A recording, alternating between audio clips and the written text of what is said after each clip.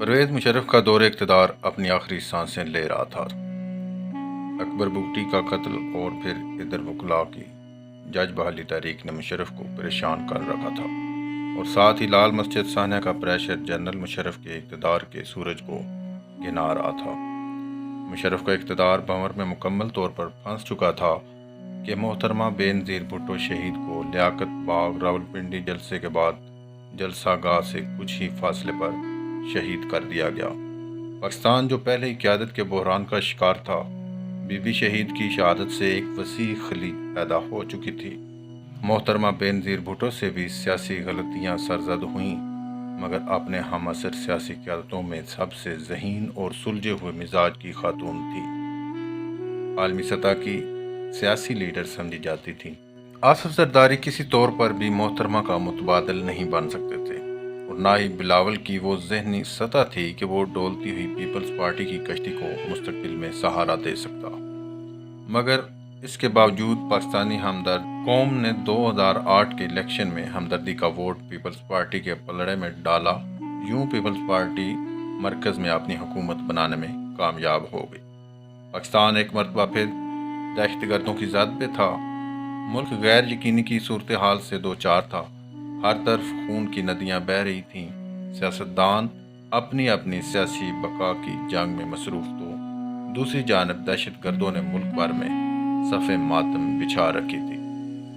Peoples party ہی کے دور میں عین اس وقت جب آپ ویمبلے ہال لندن میں پیس کانفرنس لندن میں مذاہب عالم کے مذہبی اور سیاسی رہنماؤں کے اجتماع سے خطاب فرما رہے تھے، دنیا کے سامنے اسلام کا پرامن چہرہ پیش فرما رہے تھے، دنیا کو باور کروا رہے تھے کہ اسلام دین رحمت ہے، اسلام امن کا مذہب ہے، دہشت گردی کا اسلام سے کوئی تعلق نہیں۔ ادھر آپ دنیا کو اسلام کے دین امن ہونے کا درس دے رہے ہیں، ادھر پاکستان میں عین اسی وقت پیپلز پارٹی کے اپنے گورنر پنجاب سلمان تاثیر کو اپنے ہی گارڈ نے قتل کر دیا۔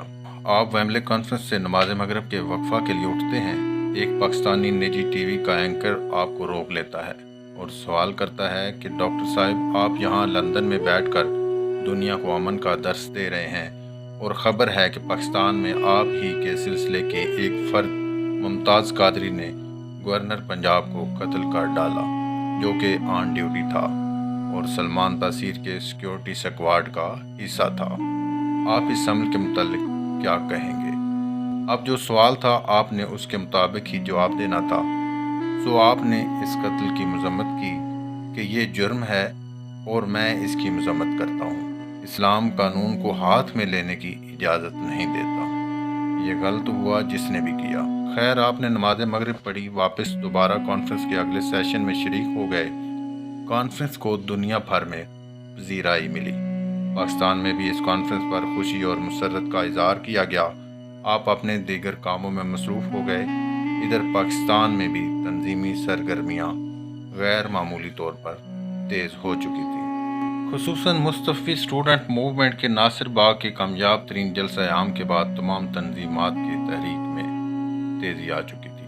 پھر عالمی میلاد کانفرنس اور اس طرح کے مزید مذہبی ایونٹ سے پوری قوم کے اندر ایک جان سی ڈال دی گئی تھی کہ وہ خاص لمحات آ گئے جب آپ نے وطن واپسی کی تاریخ کا اعلان کیا۔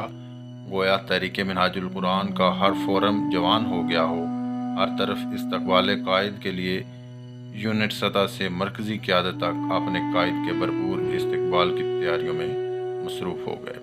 استقبال کیسا رہا، اس استقبال کا مقصد کیا تھا اور اس استقبال سے کیا حاصل ہوا، یہ لازماً آپ جان پائیں گے اگلی قسط میں، کیونکہ یہ انقلاب کا سفر ہے جو انداز بدل کر آگے بڑھ رہا ہے۔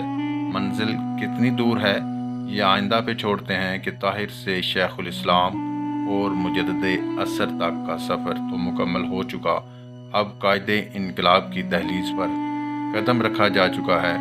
ساتھ رہیے گا، اگلی قسط میں ضرور ملیں گے۔ اگر آپ ہمارے چینل پر نئے ہیں تو اس کو سبسکرائب کریں، ویڈیو کو لائک اور شیئر کرنا نہ بھولیے۔